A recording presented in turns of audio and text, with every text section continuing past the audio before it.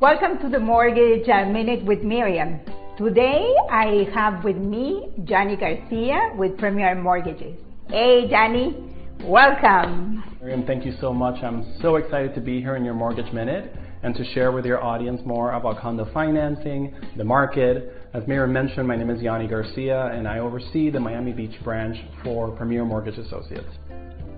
So Yianni, tell us a little bit more about the interest rates, the market, condo financing in Florida.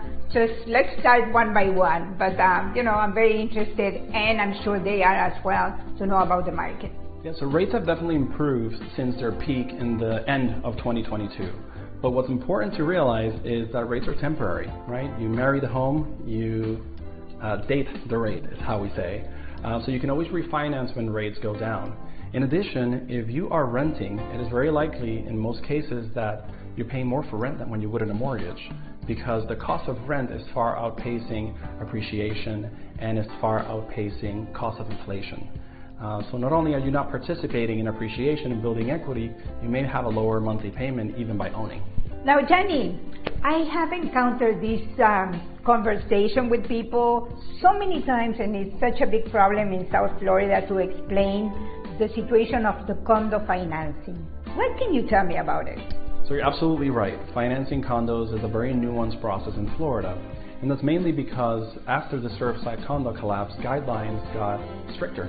We want to make sure that condos are structurally, financially, and legally healthy before we can give you a loan on those condos. So there's a very in-depth process that goes into how we analyze the health of a condo.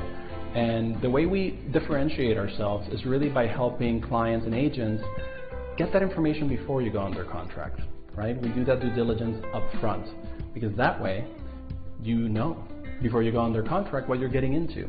And that's important because once you go under contract, you're practically about $2,000 in on week number one. You have your condo application fee, your condo questionnaire, your appraisal, your inspection.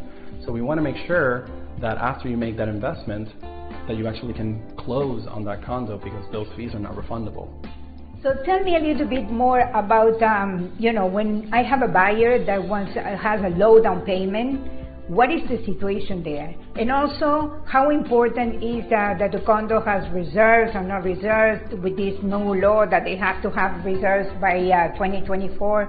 Just tell me a little bit more about that, please. Yeah, so a lot of buyers want to put low down payments on condos, and it's a little bit more complicated in Florida, right? Fannie Mae and Freddie Mac categorize condos in two different categories. It's either going to be a limited review condo or a full review condo. A full review condo is basically a condo that's perfect. They're collecting ample reserves, they don't have a high concentration of investors, no structural, no legal. It's a perfect building, right? And in those condo buildings, you can do 5% down payment with a conventional loan. In fact, we have a 3% down payment option for first-time home buyers that qualify. The challenge is that most condos in South Florida are going to be in the limited review category, which means they're healthy condos, but they have some features that Fannie Mae and Freddie Mac don't love. It could be that they have a high concentration of investors, they're not collecting enough reserves, and those buildings require a 25% down payment. However, many of my clients would do what I call a combo loan, where you can put 10% down and then finance the other 15% with a home equity line of credit.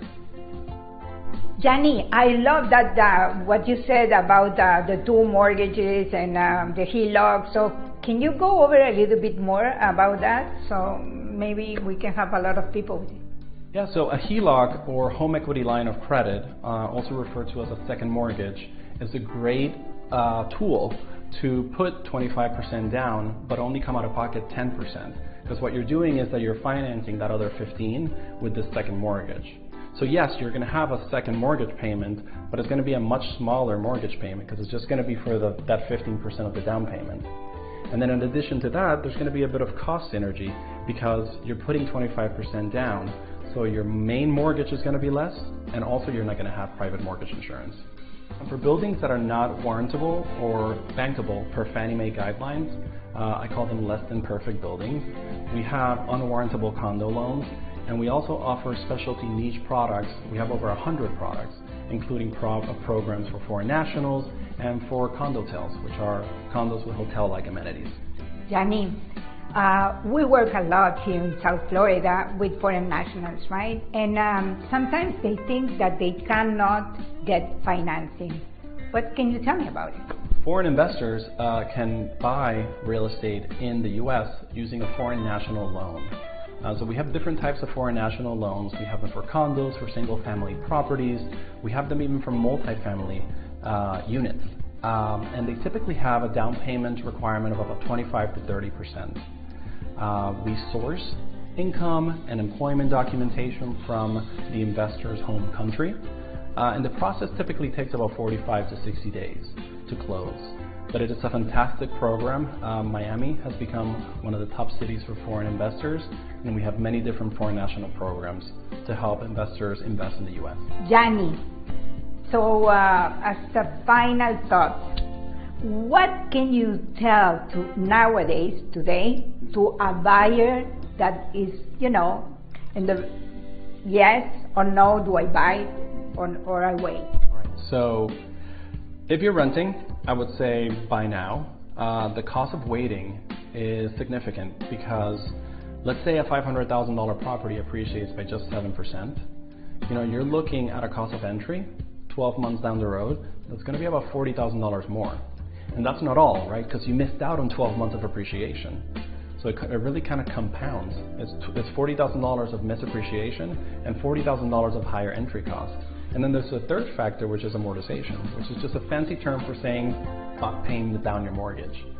So when you look at all these three factors combined, there's a significant cost to waiting, particularly if you're renting. Thank you so much for having me. It has been a real treat to be with you and with your audience. So I'm sure you love what Yianni had to say, and if you want to know more about all those programs and many more he has, or if you need someone to help you with the purchase of a house or a condo, just contact us. Our information is here.